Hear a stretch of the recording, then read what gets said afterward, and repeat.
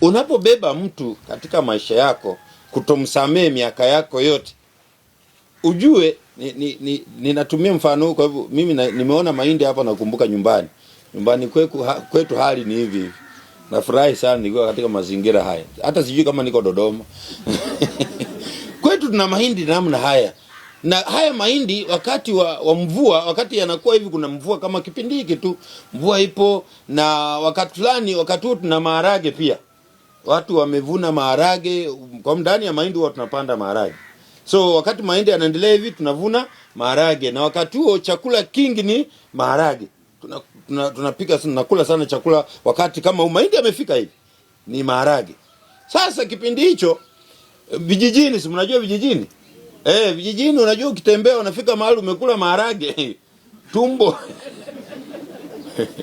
si ndio? Mahali na kuvuruga, sivyo? Aya, huko unaenda mahali kule sijui nini, mtu ameona tumbo linamsumbua nyumbani. Vijijini hatutafuti uwani ni wapi, uwani ni huko mahindi. Angalia huko hakuna mtu, unaingia kwa mahindi ya mtu.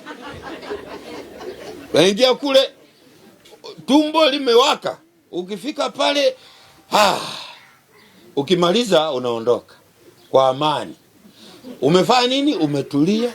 Ulikuja na pressure sasa. Unamaliza unaondoka. Unaenda zako. Hali yako iko safi sasa. Umekula maharage, umeajilia mzigo wako. Sasa baadaye mtu yoyote anapita pale, anafika pale, labda mwenye shamba anakakua shamba lake, alafu huko nyumbani hatuna viatu natembea peku huko vijijini, wenye hamjaishi vijijini hamjui. Kule sisi ni peku. Sasa unatembea unakagua mahindi yako, ama sijui unachunga mbuzi, anakimbia anaingia ndani, unakimbia kumrudisha, alafu unakanyaga amani na furaha, ametulia, anaendelea na safari yake. Wewe mwenye ulikanyaga, ukipita pale nywele zinaamka, mwili wote unakumbuka.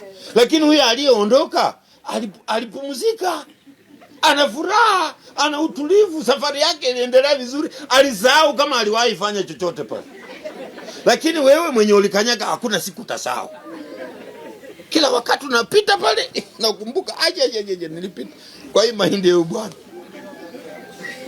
Sasa hiyo ndio shida ya kutosamehe. Wewe kila wakati unakumbuka huyu aliyekutendea hili tendo aliondoka, alisahau kama aliwahi kukosea. Maisha yake yameendelea, ana amani, ana furaha, lakini wewe ambaye ulimkopesha hujawahi msahau. Wewe mwenye ulimkopesha, lakini yeye alikopa, akaenda, alikuwa na changamoto zake, akalipa deni lake, ama akanunua chakula, amekula, amefurahi, maisha yanaendelea. Wewe mwenye ulimkopesha 10,000 mpaka sasa hivi unaumwa. Ukimuona unapita pale, ukimuona tu hivi anaendelea kidogo, inakuumiza ukiona damu Sasa ndugu yangu, hiyo ndio changamoto ya kutosamehe. Ndugu zangu, tupumzike kweli, tupate uhuru kweli, tupate msamaha kweli. Mwaka huu wa nini? Wa jubilei. Huu ni mwaka wa pumziko, mwaka wa pumziko, uhuru na msamaha. Tufanye hivyo kweli, tupate neema hizi za mwaka wa jubilei ya parokia ya Kendege, kwa sababu wengine hatutaona jubilei nyingine ya Kendege. Sio wote tutaona tena jubilei nyingine, labda wengine wetu hii ndio ya mwisho. Tutumie kipindi hiki ndugu zangu, tupate kweli pumziko, sababu hatutaona jubilei nyingine.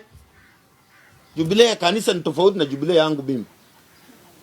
Jubilei ya kanisa ni haya ambayo tumeambiwa. Kwa hivyo ndugu yangu, tutumie fursa hii, inakuja mara moja, tumeiona, tuitumie, tupate pumziko ambayo ni pumziko, furaha, uhuru na msamaha.